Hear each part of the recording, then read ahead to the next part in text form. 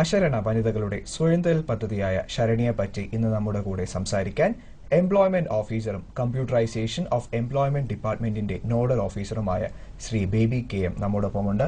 സ്വാഗതം സർ തൊഴിലവസര വാർത്തയിലേക്ക്. സർ, ആദ്യം തന്നെ കുറച്ചും കൂടി വിശദമായി പറഞ്ഞു തരാമോ, എന്താണ് ഈ ശരണ്യ പദ്ധതി?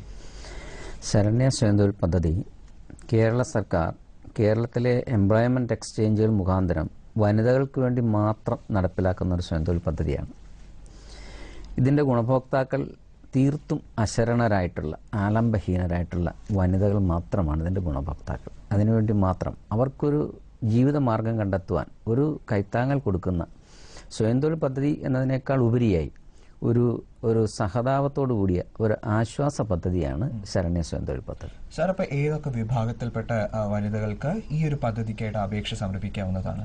5 വിഭാഗത്തിലുള്ള വനിതകൾക്കാണ് ഈ പദ്ധതിക്ക് അപേക്ഷ സമർപ്പിക്കാൻ യോഗ്യതയുള്ളത്. ഒന്ന്, വിധവകളായിട്ടുള്ള സ്ത്രീകൾ. വിവാഹം കഴിഞ്ഞു, കുടുംബമായി ജീവിക്കുന്നു, കുഞ്ഞുങ്ങളുണ്ട്, അപ്രതീക്ഷിതമായിട്ട് ഭർത്താവ് മരിച്ചു പോകുന്നു, സ്വയം എങ്ങനെ ജീവിക്കണമെന്നറിയാതെ പകച്ചു നിൽക്കുന്ന സ്ത്രീകളുണ്ട്, വിധവകളായിട്ടുള്ള സ്ത്രീകൾ. രണ്ടാമത്, വിവാഹം കഴിഞ്ഞു, ഭർത്താവിനെ കാണാനില്ല, അദ്ദേഹം ഉപേക്ഷിച്ചു പോയി, 7 വർഷം അദ്ദേഹത്തെ കാണാനേ ഇല്ല, അങ്ങനെയുള്ള സ്ത്രീകൾ. മൂന്നാമതായിട്ട്, നിയമാനുസൃതം വിവാഹമോചനം നേടിയ സ്ത്രീകൾ. അടുത്തതായിട്ട്, പട്ടികവർഗ വിഭാഗത്തിലെ അവിവാഹിതരായ അമ്മമാർ. അടുത്തതായിട്ട്,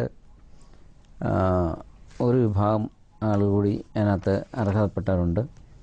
30 വയസ്സ് കഴിഞ്ഞിട്ടും വിവാഹം നടക്കാൻ കഴിയാതെ ഇരിക്കുന്ന സ്ത്രീകളുണ്ട്. വിവാഹം നടത്താൻ കഴിയാതെ 30 വയസ്സ് കഴിഞ്ഞിട്ട് അവിവാഹിതരായി തുടരുന്ന സ്ത്രീകൾ. ഇങ്ങനെ 5 വിഭാഗത്തിലുള്ളവരാണ് ഇതിന് അർഹരായിട്ടുള്ളത്. സാർ, ഇപ്പം നിയമാനുസൃതമായിട്ട് വിവാഹമോചനം നേടാത്തവർ, പക്ഷെ അവർ പിരിഞ്ഞാണ് താമസിക്കുന്നത്, അങ്ങനെയുള്ള സ്ത്രീകൾക്കും ഈ പദ്ധതിയുടെ ഭാഗമാകാൻ പറ്റുമോ? സാധിക്കില്ല.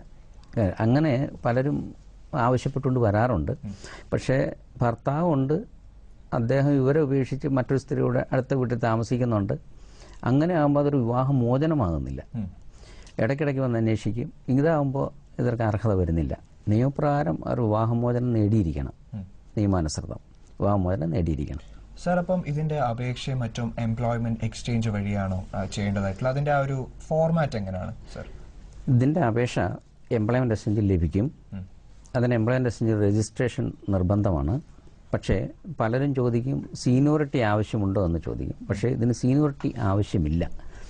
ഇപ്പോൾ നമ്മുടെ ഈ പ്രോഗ്രാം കണ്ട് ആരെങ്കിലും ഇതിനെക്കുറിച്ച് മനസ്സിലാക്കി അടുത്ത പ്രവൃത്തി ദിവസം ഇതിനുവേണ്ടി ഓഫീസിൽ വരികയാണെങ്കിൽ അവർക്ക് അന്ന് തന്നെ പേര് രജിസ്റ്റർ ചെയ്ത് അപ്പോൾ തന്നെ അപേക്ഷ ഫോറം വാങ്ങിക്കൊണ്ടുപോയി എൻ്റെ ഫോർമാലിറ്റീസ് കംപ്ലീറ്റ് ചെയ്ത് അപേക്ഷ സമർപ്പിക്കുക. അതിന് സീനിയോറിറ്റി ആവശ്യമില്ല, പക്ഷേ രജിസ്ട്രേഷൻ നിർബന്ധമാണ്. അപേക്ഷ ഫ്രീ ആയിട്ട് തന്നെ എംപ്ലോയ്മെന്റ് കിട്ടും. സാർ, നമ്മുടെ കൂടെ